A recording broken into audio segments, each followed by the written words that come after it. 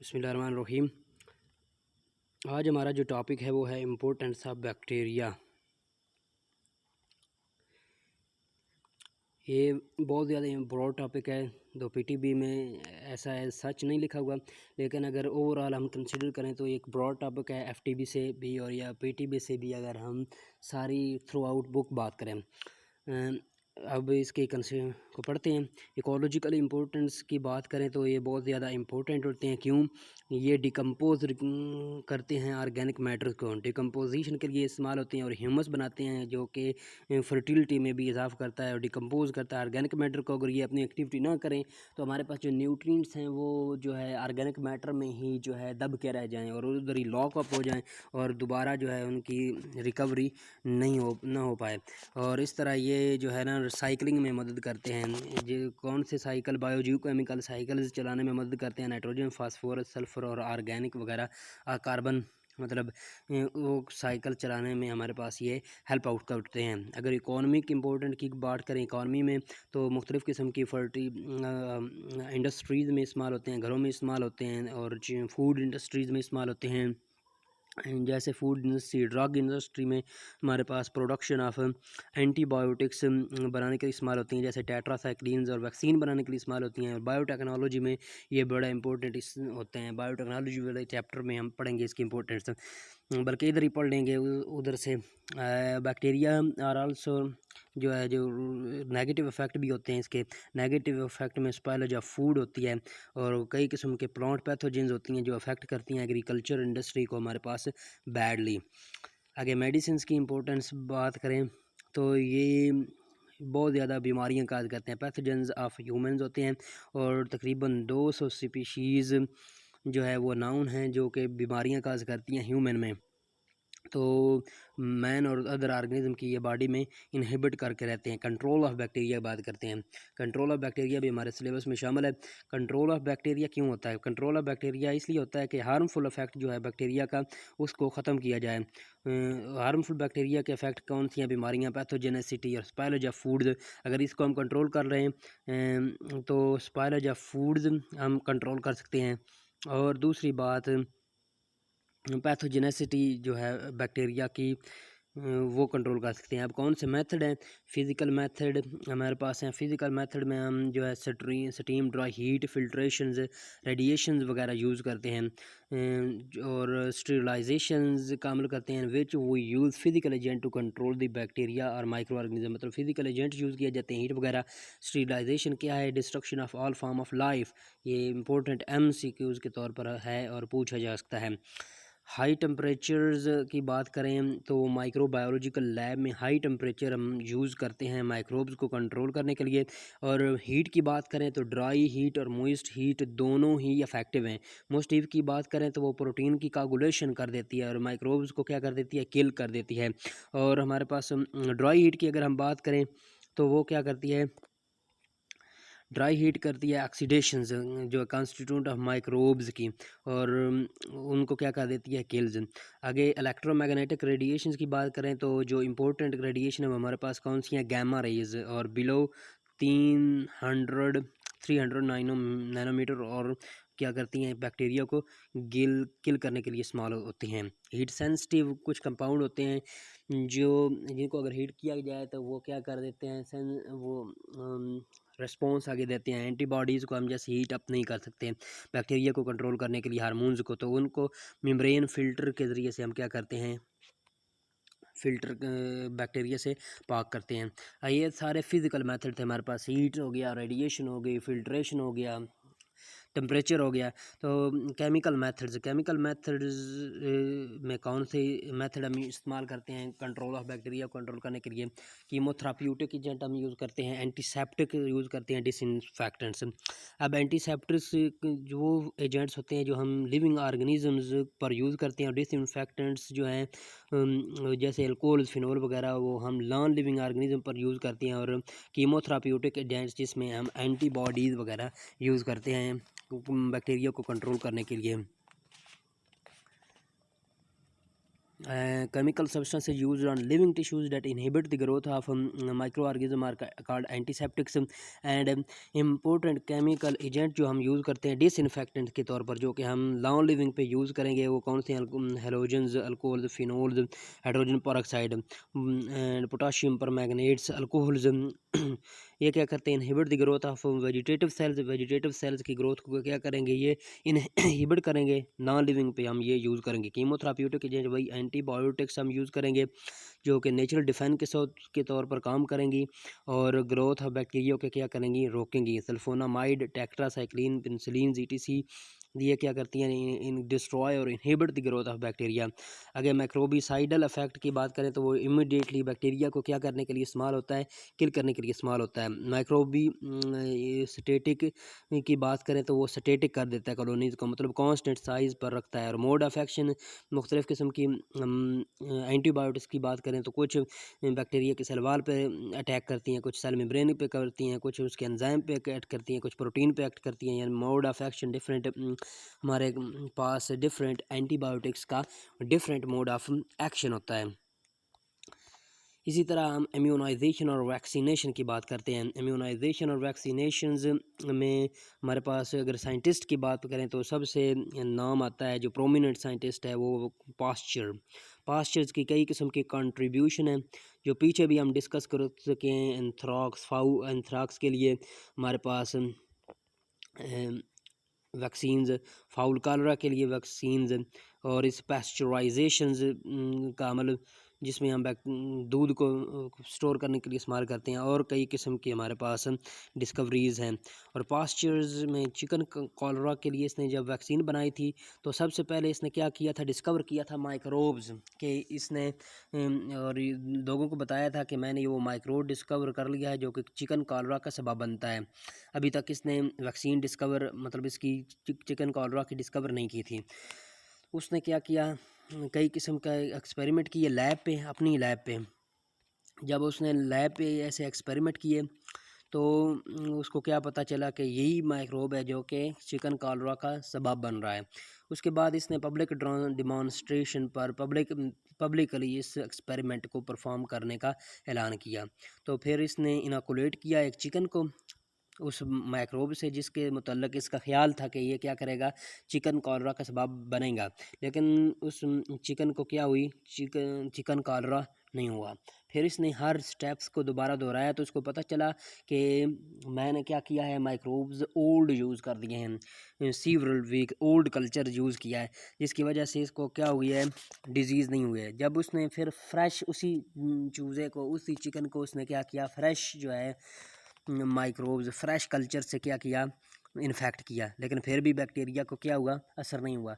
तो फिर उसने क्या कहा, असल में क्या बात हुई है कि जब मैंने ये पुराने वाला यूज़ किया था ना माइक्रोब्स कल्चर्स, तो इसकी वजह से वायरुलेंसी तो नहीं हुई, क्योंकि ओल्ड कल्चर में वायरुलेंसी नहीं होती है। लेकिन वो इस कदर ज़रूर था कि उसने क्या कर दी, बॉडीज़ जिस्म के अंदर बना दी।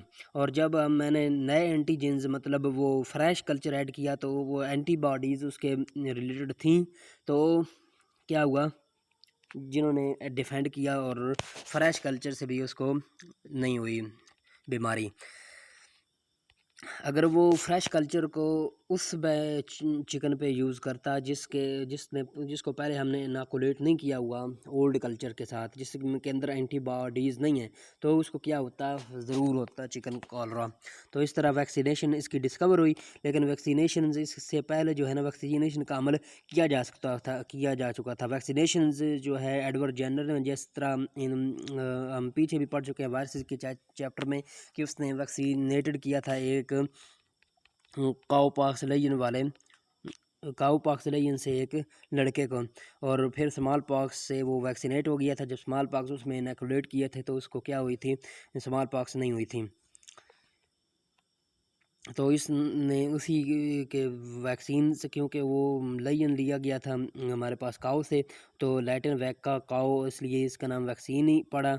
और ये पास्चर ने उसको एजाज़ दिया था, ऑनर दी थी एडवर्ड जेनर को। अगर हम बात करें तो इसने हाइड्रोफोबिया के लिए भी क्या बनाई थी, पास्चर ने हमारे पास वैक्सीन बनाई थी। अब ये तो हो गया हमारे पास control of bacteria. Control of bacteria तकरीबन अच्छा ही है, लिखा हुआ है मतलब फेडरल में भी और पंजाब में, लेकिन जो है इम्पोर्टेंट ऑफ बैक्टीरिया है वो फेडरल में बहुत डिटेल के साथ लिखा हुआ है। अगर हम पढ़ना चाहें पंजाब से भी तो पंजाब में से कुछ टॉपिक और डिस्कवर पढ़ करना चाहें तो हम क्या करेंगे, जो डीएनए टेक्नोलॉजी मतलब जेनेटिक इंजीनियरिंग वाला हमारा चैप्टर है, उसमें से ट्रांसजेनिक बैक्टीरिया का एक टॉपिक है। एक दो उधर पैराग्राफ लिखे हुए हैं, उधर भी बहुत ज़्यादा जो है इम्पोर्टेंट है बैक्टीरिया, मतलब उस उधर इनके फ़ायदों की बात हो रही है। नुकसानात तो वैसे भी ये इनके हमने पढ़ लिए हैं और कुछ आगे मज़ीद हम जो है ना पढ़ेंगे। तो उधर क्या है लिखा हुआ है, ये सबसे पहले ग्रोथ फैक्टर्स बनाने के लिए इस्तेमाल होगा, हार्मोन बनाने के लिए इस्तेमाल होगा, इंसुलिन बनाने के लिए ट्रांसजेनिक बैक्टीरिया इस्तेमाल होंगे, ये इसका क्या है मेडिसिन में यूज़ होगा। आगे हमारे पास ये कई किस्म की वैक्सीनेशन बनाने के लिए भी इस्तेमाल होगा। और ग्रोथ फैक्टर हमारे पास जो है 8 हेमोफीलिया का, वो बनाने के लिए इस्तेमाल होगा। न्यूट्रास्वीट अस्पार्टम बनाने के लिए इस्तेमाल होगा, जिसको आर्टिफिशियल स्वीटनर के तौर पर हम यूज़ करेंगे। और हमारे पास अगर बात करें फ़िनाइल एलानिन जो है, ये फ़िनाइल एलानिन्स जो कि हमारे पास एंजाइम के तौर पर भी एक्ट करता है और अमीनो एसिड है, तो ये बनाने के लिए हमारे पास इस्तेमाल होगा। और माहौल को साफ़ करने के लिए, पोल्यूशन को कंट्रोल करने के लिए भी बैक्टीरिया हम यूज़ करेंगे, जो कि नॉर्मली बीचेस पर जो ऑयल स्पिल्स होंगे और उसको क्या कहेंगे ख़त्म करेंगे। और इस तरह हम जो है ना, जब इनमें बहुत ज़्यादा पोल्यूटेंट्स ये कि और हवा में से जो गैसेस अब्जॉर्ब करेंगे वो भी बैक्टीरिया बनाएंगे, और जब वो इनके अंदर कमोलेट हो जाएंगी, ये पोल्यूटेंट्स इनके अंदर इधर कमोलेट हो जाएंगे, जब इनसे भर जाएंगे तो हमने क्या बनाए होंगे, सुसाइडल जीन भी इनमें इंट्रोड्यूस किए होंगे और ये अपनी खुद ही डिसइंटीग्रेशन कर लेंगे। इस तरह ये माहौल को साफ बनाने के लिए भी इस्तेमाल होते हैं। आगे प्लांट्स की बात करें तो प्लांट्स को ये क्या फ़ायदे देते हैं। आमतौर पर कुछ बैक्टीरिया होते हैं जो कि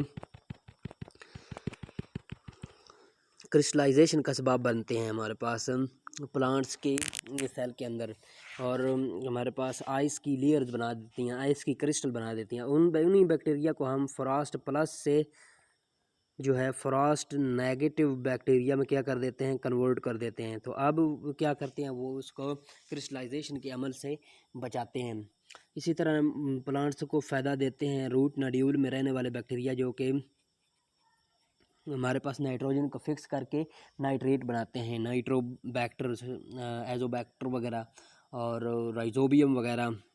ये राइजोबियम उनमें रूट नोड्यूल में रहता है, बाकी नाइट्रोजन फिक्सेशन में ये एयर वगैरह में होते हैं।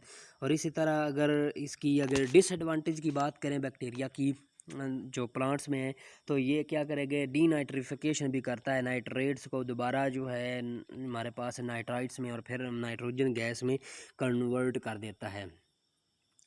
इसी तरह अगर माइनिंग वगैरह में बात करें, बायोटेक्नोलॉजी वगैरह में बात करें, तो माइनिंग जो है आयरन, गोल्ड और सिल्वर और यूरेनियम, ये लो ग्रेड सोर्सेज से भी डिटेक्ट करने के लिए हम जो है बैक्टीरिया को इस्तेमाल कर सकते हैं। और वो अब जो है ट्रांसजेनिक बैक्टीरिया को ये यूज़ किया जा रहा है माइनिंग इंडस्ट्री में।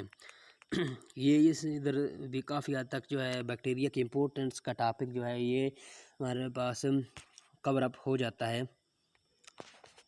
अब हम इसी इम्पोर्टेंस से बैक्टीरिया को आगे कंटिन्यू करते हैं एफटीबी से। तो बैक्टीरिया रिसाइकलर के तौर पर इस्तेमाल करते हैं, रिसाइकलर ऑफ न्यूट्रिएंट्स के तौर पर इस्तेमाल होते हैं, नाइट्रोजन साइकिल फिक्सेशन के लिए इस्तेमाल होते हैं, राइजोबियम जो है रूट नोड्यूल में फिक्स करता है बैक्टीरिया को, और सेप्रोट्रैपिक बैक्टीरिया जो डेड ऑर्गेनिक मैटर को उसको क्या करते हैं, खाने के लिए इस्तेमाल होते हैं और डीनाइट्रिफिकेशन कार करने वाले बैक्टीरिया, डीनाइट्रिफिकेशन काज करते हैं बैक्टीरिया, ये भी हम कुछ डिस्कस कर चुके हैं उधर। और इकोलॉजिकली इम्पोर्टेंट की बात करें तो ये डिकम्पोज करते हैं ऑर्गेनिक मैटर्स को और फर्टिलिटी में इजाफा करते हैं, क्योंकि ये ऑर्गेनिक ह्यूमस बनाते हैं जो कि न्यूट्रिएंट्स ज़रूरी होते हैं, न्यूट्रिएंट्स और फर्टिलिटी से भरपूर होता है। और हमारे पास क्या करता है, प्लांट्स की ये ग्रोथ में हेल्पफुल होता है।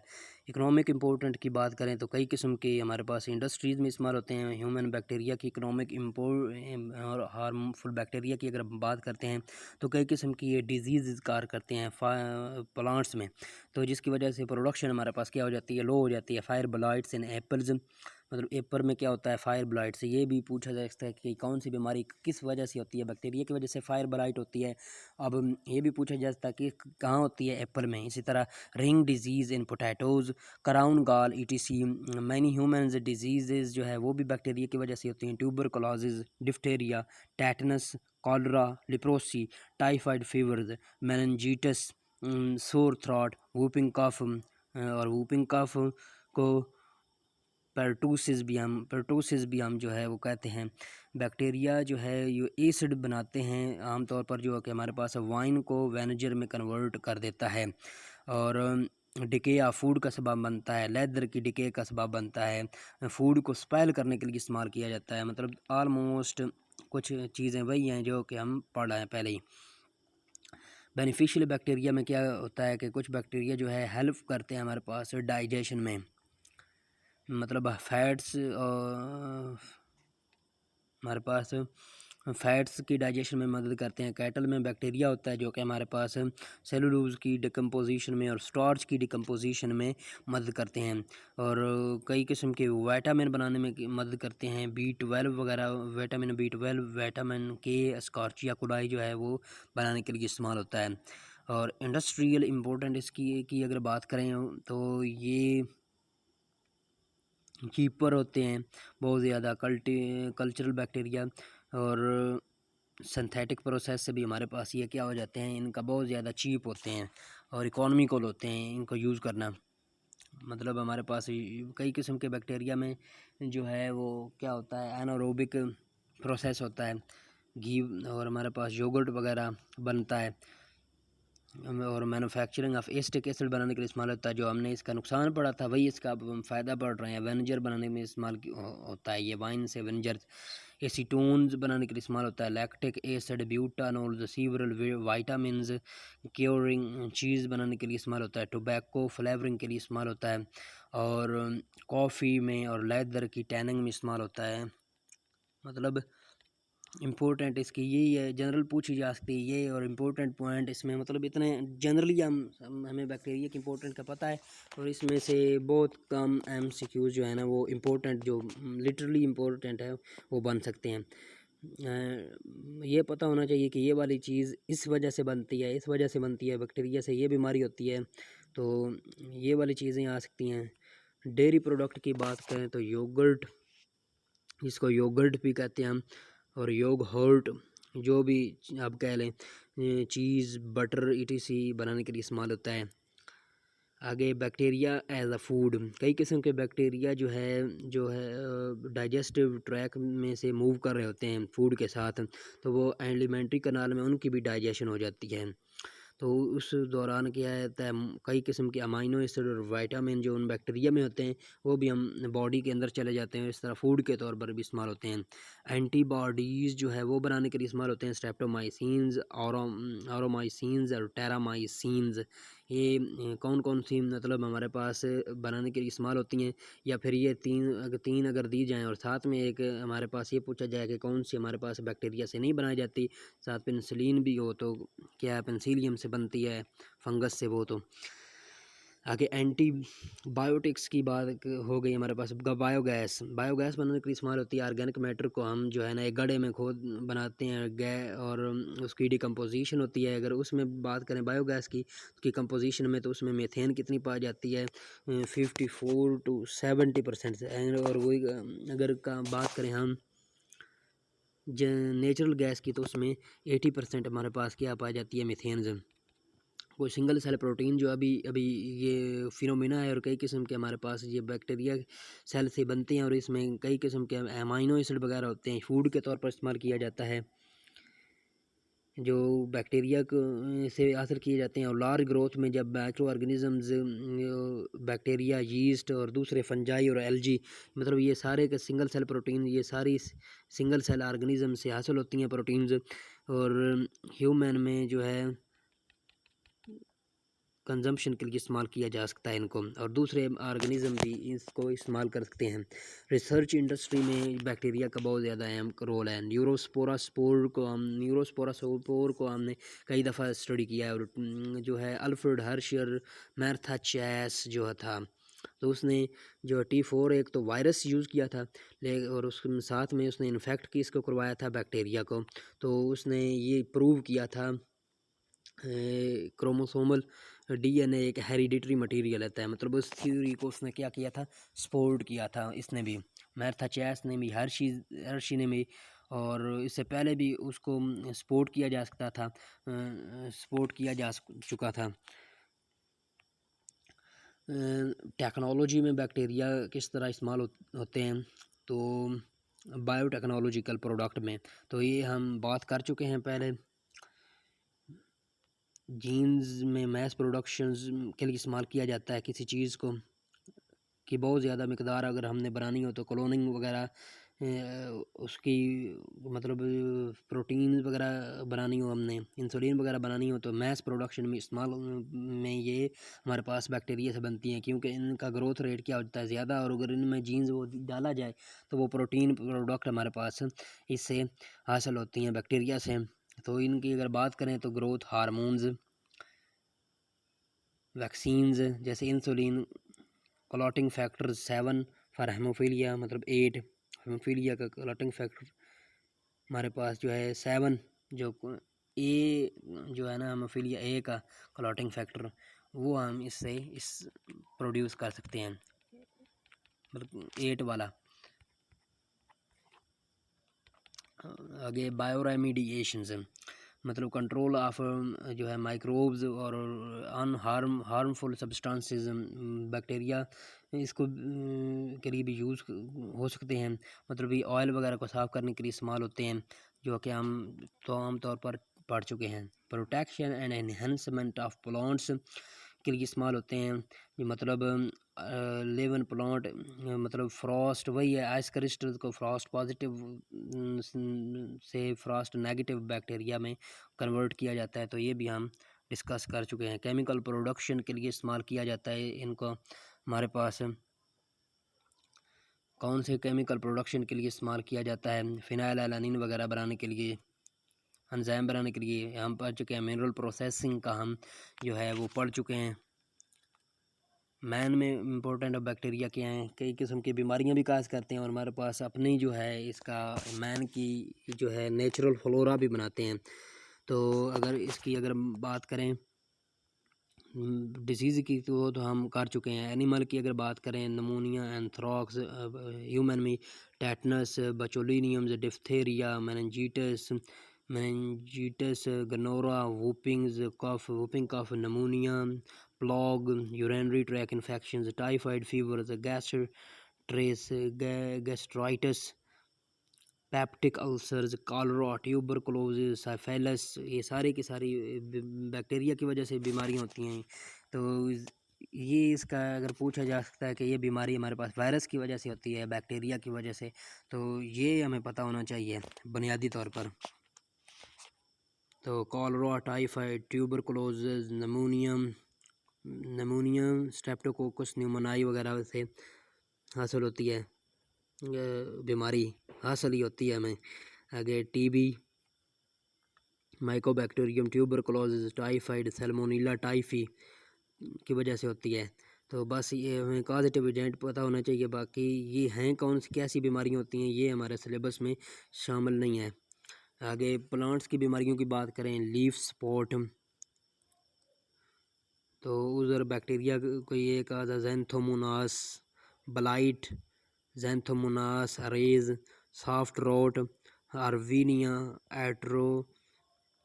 एट्रोसेप्टिका, पोटैटोज़ में विल्टिंग, सीडोमोनास, सल्मोनेकेरम, जैंथोमोनास वगैरह भी इससे भी यही होती है। और इसी तरह गॉल्स, जैंथोमोनास, कैम्पस ट्रेस, मतलब ज़्यादातर जैंथोमोनास की स्पीशीज़ की वजह से ये बीमारियां हो रही हैं बैक्टीरिया की। और नेचुरल फ्लोरा जो बैक्टीरिया के हमारे पास बनाए जाते हैं ह्यूमन में, नेचुरल में तकरीबन 10 गुना जितने हमारे सेल हैं उससे 10 गुना हमारे अंदर जो हैं बैक्टीरिया पाए जाते हैं। ये। और कई किस्म के एक्टिविटीज़ में हमारे पास क्या होते हैं, ये इन्वॉल्व होते हैं। स्किन में, डाइजेस्टिव ट्रैक में हो सकते हैं। Normal flora use to describe the various bacteria, ये नॉर्मल फ्लोरा होते हैं कई किस्म के। और कई किस्म के अगर हम एंटीबायोटिक्स जब इस्तेमाल करते हैं तो ये नॉर्मल फ्लोरा भी हमारे पास ख़त्म हो जाते हैं। और ये नॉर्मल फ्लोरा जो हैं दूसरे बैक्टीरिया जो पैथोजेंस हैं उनको अटैक करने के लिए भी इस्तेमाल होते हैं। तो क्लोस्ट्रोडियम स्पीशीज़ हमारे पास कोलॉन में पाए जाते हैं। Escherichia coli colon vagina outer urethra में पाए जाते हैं। Lactobacillus species mouth colon vagina में। स्ट्रेप्टोकोकस ऑरियस नोज़ और स्किन में। इंटीरोकोकस फिकैलस कोलोन में। वेरिडेनस स्ट्रेप्टोकोकाई माउथ में। नाइजोफेरिंक्स पाथ में हमारे पास ये पाए जाते हैं। बेनिफिट्स इनकी बात करें तो ये हमारे पास कई किस्म के विटामिन बनाने के लिए इस्तेमाल होते हैं, जैसे कि स्कॉर्चिया कुलाई विटामिन के वगैरह बनाने के लिए इस्तेमाल होता है। विटामिन B12 बनाने के लिए इस्तेमाल होता है। ये 3 तरीक़ों से हमारे पास जो है इम्यून सिस्टम को ये अफेक्ट करते हैं ये बैक्टीरिया। अगर ये अपनी जगह पे कायम रहें बैक्टीरिया तो ये क्या होते हैं, पैथोजेंस नॉन पैथोजेनिक्स होते हैं। लेकिन जब इनकी अपनी जगह तब्दील हो जाती है, यूजुअल लोकेशन से ये हट जाते हैं, ये कैन बी पैथोजेंस, ये हमारे पास पैथोजेनेसिटी हमारे पास काज कर सकते हैं। और नॉन पैथोजेनिक बैक्टीरिया जो हैं ये दूसरे पैथोजेनिक बैक्टीरिया को भी अफेक्ट करते हैं। ability of member of normal flora to limit the growth of pathogen is called colonization residence। और इस अमल को हम क्या कहेंगे, colonization residence। ये हमारे पास इम्पोर्टेंट पॉइंट हो गया है कि हमारे पास इस नॉर्मल फ्लोरा अगर हमारे पास सप्रेस हो जाए किसी वजह से तो वो पैथोजेंस हमारे पास ग्रो करना शुरू कर देते हैं जो जिनको पे ये अटैक करते हैं। तो विटामिन B और विटामिन K वाली बात हम पहले ही कर चुके हैं। तो जो पुअरली नरिश्ड पीपल होते हैं तो उनको एंटीबॉडीज़ दी जाती हैं, तो उनमें क्या हो जाता है, नेचुरल फ्लोरा जो है कम हो जाते हैं। लेकिन अगर इनकी बात करें तो जर्म फ्री एनिमल जो है ना उनकी भी अच्छी जिनमें ये चले जाते हैं, उनकी भी बात करें तो उनको भी अफेक्ट इतना कोई नहीं होता है। मतलब ये इतने ज़रूरी नहीं है कि बाहर हाल ये ज़रूरी हैं, जिनमें ये ख़त्म हो जाते हैं उनकी भी नरिशमेंट होती रहती है, क्योंकि दूसरे पैथोजेंस भी उन एंटीबायोटिक्स की बॉडीज़ की वजह से मर जाते हैं। हार्मफुल बैक्टीरिया के आगे कंट्रोल की अगर हम बात करें तो ये बिल्कुल वैसे का वैसा है। एक दो चीज़ों के अलावा जो है ना हमारे पास ये वैसे का वैसा है। ये हमारे पास है antiseptic, disinfectant, chemotherapeutic agent, sterilisation process, high temperature, radiation, membrane filter, ये और लो टेम्परेचर जो है ना हमारे पास ये बिल्कुल वैसा ही है। एक MCQ इधर बन सकता है कि जोसेफ लिस्टर ने सबसे पहले एंटीसेप्टिक्स जो है ना यूज़ की थी, जो कि लिविंग ऑर्गेनिज्म पर हम यूज़ करते हैं। और इसी तरह हम डायरेक्ट जाते हैं पास्चुराइजेशन की तरफ। इसमें इंपॉर्टेंट क्या है, दूध को स्टोर करने के लिए इस्तेमाल होता है। उसके जायका जो है ना उस पर कोई इफेक्ट नहीं होता। अगर 71 डिग्री सेंटीग्रेड पे हम इसको हम हीट करते हैं तो हमें सिर्फ 15 सेकंड के लिए इसको हीट करना होता है। अगर 62 डिग्री सेंटीग्रेड पर हम हीट करते हैं तो हमें 32 मिनट्स लगने होते हैं। तो ये इंपॉर्टेंट पॉइंट है। लो टेम्परेचर जो है आमतौर पर इस्तेमाल किए जाते हैं फ्रीज़र वगैरह में। हम जब रख देते हैं मिल्क वगैरह को तो 10 से 15 डिग्री सेंटीग्रेड पर, या सर्दियों में वैसे ही वो काम चल जाता है तो वो सेट रहता है दूध। और फ्रीजिंग की बात करें तो लंबे अरसे तक हम गोश्त और वेजिटेबल वगैरह को स्टोर करने से फिर बैक्टीरिया वगैरह से बचा सकते हैं। और कुछ की डिहाइड्रेशन और पिकल्स वगैरह में हम क्या करते हैं, ड्राइंग कर देते हैं और उसमें सॉल्ट वगैरह ऐड कर देते हैं, जिसकी वजह से हमारे पास वो बैक्टीरिया से थोड़े बहुत प्रिवेंटिव हो जाते हैं। कुछ किस्म के हम प्रिजर्वेटिव भी यूज़ करते हैं, वो pH को गिराते हैं या फिर pH को अफेक्ट करते हैं बैक्टीरिया को, और वो भी हम बैक्टीरिया से बनाने में मदद करते हैं। एसिड वगैरह, एस्टिक एसिड जैसे हम पिकल्स वगैरह में इस्तेमाल करते हैं। सिरका जिसको हम कहते हैं, पोटाशियम मेटाबाइसल्फाइट यूज़ करते हैं हम। तो मतलब ये पिकल्स में होते हैं, में कैंडीज़ में, जैम्स में, ब्रेड्स में यूज़ करते हैं। ये सारे के सारे प्रिजर्वेटिव्स दवाइयों में भी हम यूज़ कर सकते हैं।